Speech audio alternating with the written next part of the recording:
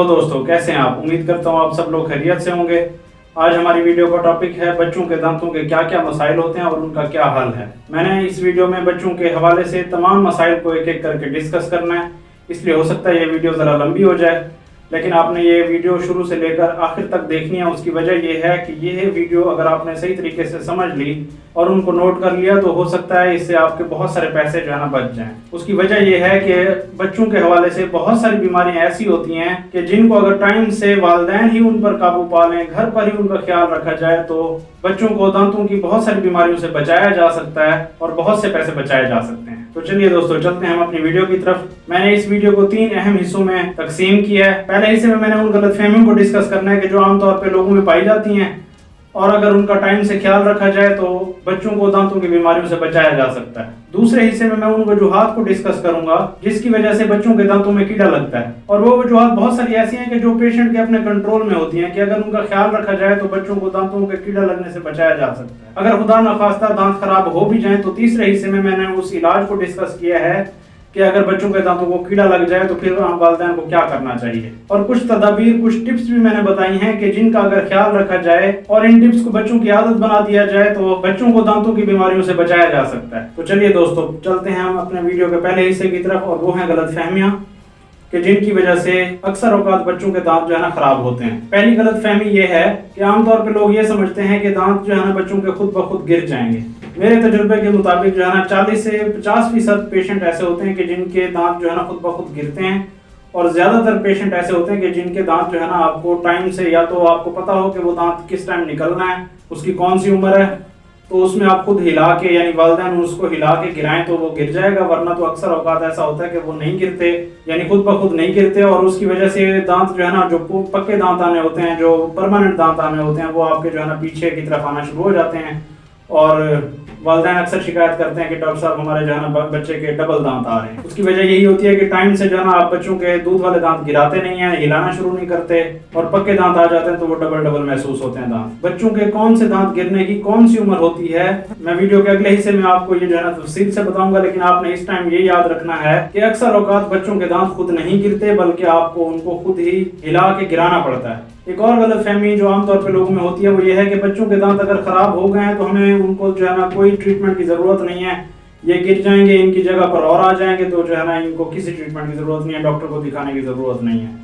तो इसका नुकसान ये होता है कि वो जो खराब होना शुरू होते हैं तो वो एक के बाद दूसरा और दूसरे के बाद तीसरा वो इतने ज्यादा खराब हो जाते हैं कि बच्चे को खाना खाने में दुश्वारी होती है या उसको तकलीफ होती है तो वो फिर परेशान होता है। तो इसलिए आपने यहाँ ये याद रखना है कि बच्चों के दांतों को भी ट्रीटमेंट की जरूरत होती है,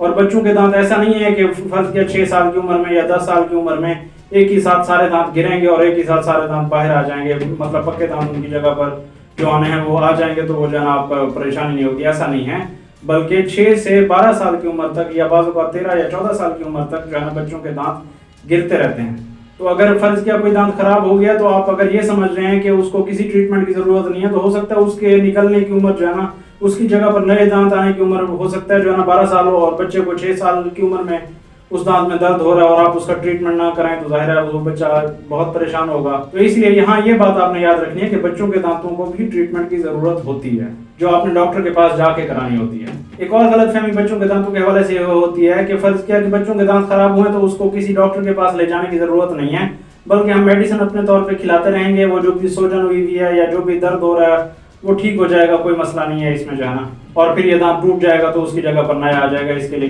कोई परेशान होने की जरूरत नहीं है। ऐसा नहीं है, बल्कि बच्चों का दांत हो या किसी बड़े का दांत हो तो उसको किसी दवाई से आराम नहीं आता, बल्कि डॉक्टर के पास जाके आपको इसका ट्रीटमेंट कराना होता है। अब हम आते हैं वीडियो के सबसे अहम हिस्से की तरफ कि बच्चों के दांतों में कीड़ा लगने की वजूहात क्या हैं। ये वीडियो का सबसे अहम हिस्सा इसलिए है क्योंकि अगर आपको इन वजूहात की समझ आ गई, और इसमें से बहुत सारी वजूहात जो है ना आपके कंट्रोल में होती हैं, अगर आपने उन पर कंट्रोल किया बच्चों के दांतों को जो है ना कीड़ा लगने से बचाया जा सकता है। इसकी वजूहात में सिर्फ एक वजह ऐसी है कि जो आपके कंट्रोल में नहीं होती, और वो ये है कि बच्चों को दांतों में कैल्शियम की कमी होती है। बच्चों के दांतों को अगर कैल्शियम की कमी है तो उस सूरत में जो है ना बच्चों के दांतों पर हल्का सा भी कीड़ा लगेगा तो वो बहुत ज्यादा नुकसान पहुंचाएगा, या अगर थोड़ा सा भी कीड़ा लगेगा तो वो तेजी से नुकसान पहुंचाएगा, क्योंकि बच्चों के दांत ऑलरेडी कैल्शियम की कमी की वजह से कमजोर हैं। मैंने आपको बताया है कि कैल्शियम की कमी आपके कंट्रोल में इसलिए नहीं है कि अगर आप कैल्शियम की कमी को दूर करने के लिए अगर कैल्शियम की गोलियां भी लेते हैं तो ये चीज इंप्रूव नहीं होने वाली, कैल्शियम उसमें दांतों में ज्यादा नहीं आ जाएगा। उसकी वजह यह है कि कैल्शियम दांत में कितना आना है, कितना जमा होना है, कितना डिपॉजिट कैल्शियम होना है दांत में, ये जो है ना हेरेडिटरी होता है। मौरूसी तौर पे बच्चों के दांतों में ये खासियत होती है कि उसने कितना जो है ना कैल्शियम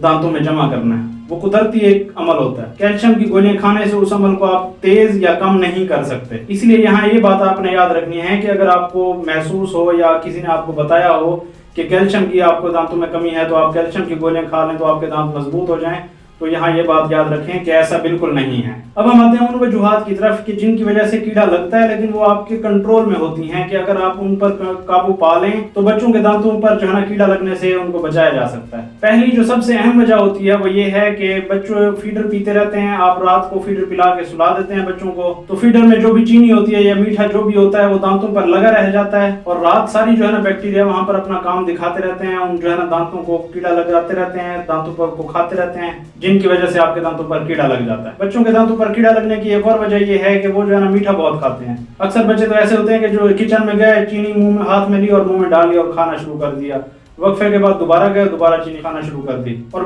अक्सर बच्चे ये ऐसे भी होते हैं कि जिनको जो है ना टॉफियां और चॉकलेट्स ज्यादा अच्छी लगती हैं, तो उस सूरत में जाहिर है वो खाते हैं, तो उसकी वजह से भी आपके बच्चों के दांत खराब हो जाते हैं। एक और वजह जिसकी वजह से आप बच्चों के दांत ज्यादा खराब होते हैं वो ये है कि बच्चों को छोटी उम्र से जो है ना ब्रश करना नहीं सिखाया जाता या उसको इसकी आदत नहीं डाली जाती। अब आप नोट यहाँ ये करें, मैं जो बात आपको समझाना चाह रहा हूँ वो ये है कि बच्चों के दांत कमजोर होते हैं और बहुत सारी ऐसी वजूहात वहाँ मौजूद होती हैं कि जो बच्चों के दांतों को कीड़ा लगाती हैं। और बच्चों के दांत क्योंकि कमजोर होते हैं, अभी उनमें अगर कैल्शियम की कमी ना भी हो तो इतना कैल्शियम उनमें डिपॉजिट नहीं होता कि वो कीड़े के खिलाफ मुदाफियत कायम रख सके। तो आपने खास तौर पर इन वजूहात को याद कर लेना है या कहीं लिख लें तो इनको नोट कर लें।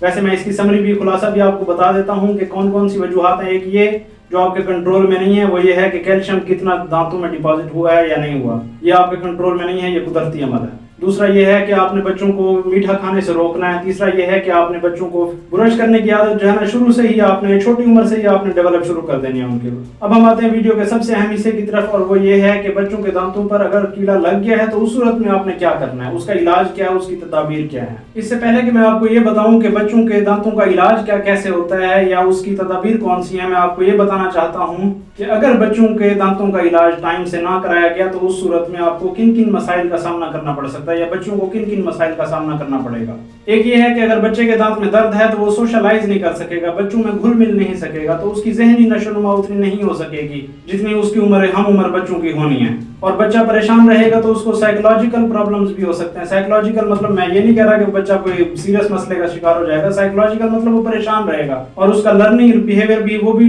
डिस्टर्ब हो सकता है। वो इतना बच्चों में घुलेगा मिलेगा नहीं तो वो इतना नहीं सीख पाएगा जो उस उम्र में उसको सीखना चाहिए। और जाहिर है अगर उसके दांत में दर्द हो रहा है तो उसकी पढ़ाई भी डिस्टर्ब होगी। इसलिए आपने इन वजूहात को सामने रखते हुए बच्चों के दांतों के इलाज को आपने बहुत सीरियस लेना है। दूसरा मसला जो है ना मैल अक्लूजन का हो सकता है। मैल अक्लूजन का मतलब ये है कि अगर आप बच्चों के दांतों को टाइम से नहीं निकालेंगे या अगर बच्चों के दांत ज्यादा खराब हो गए और उन्हें वक्त से पहले जब उनकी उम्र होनी थी यानी मतलब पक्के दांत उस जगह पर आने थे उससे पहले बहुत ज्यादा दांत अगर आपका खराब हो गया, बच्चों के दांत खराब हो गया है, तो अगर उस दांत को टाइम से पहले निकालना पड़ा है तो उस सूरत में जो उसकी जगह पर पक्का दांत आना है वो जो है ना या तो टेढ़ा आएगा या अंदर फंसा रह जाएगा। तो इन दोनों सूरतों में जो है ना बच्चे के दांत जो है ना टेढ़े हो सकते हैं, यानी जो उसके पक्के दांत आने हैं वो टेढ़े ना हो। इसके लिए आपने बच्चे का जो भी दांत खराब हुआ है उसका ट्रीटमेंट कराना उसका लाजमी है। अब मैं आपको बताता हूँ कि बच्चों के दांत अगर खराब हो जाए तो उसका ट्रीटमेंट क्या है। उसका ट्रीटमेंट ये है कि मेडिसिन नहीं है जैसा कि मैंने आपको पहले बताया है, बल्कि आपको डॉक्टर के पास जाके उसके दांत की जड़ की सफाई करानी पड़ेगी, जिसको हम अपनी जबान में पल्पेक्टमी कहते हैं। यानी